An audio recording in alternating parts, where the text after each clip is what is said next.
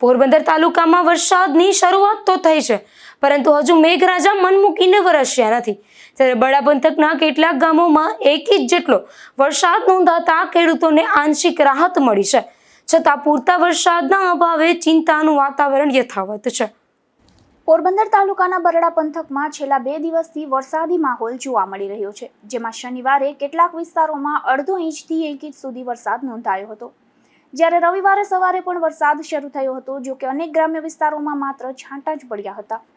બગવદર અને આસપાસના વિસ્તારો ઉપરાંત સીમર, રોજીવાડા, ભૂમિયાવદર અને પારાવાડા સહિતના ગામોમાં અંદાજે 1 ઇંચ જેટલો વરસાદ પડતા અગાઉ કરાયેલા વાવેતરને ફાયદો થશે તેવી ખેડૂતો આશા વ્યક્ત કરી રહ્યા છે.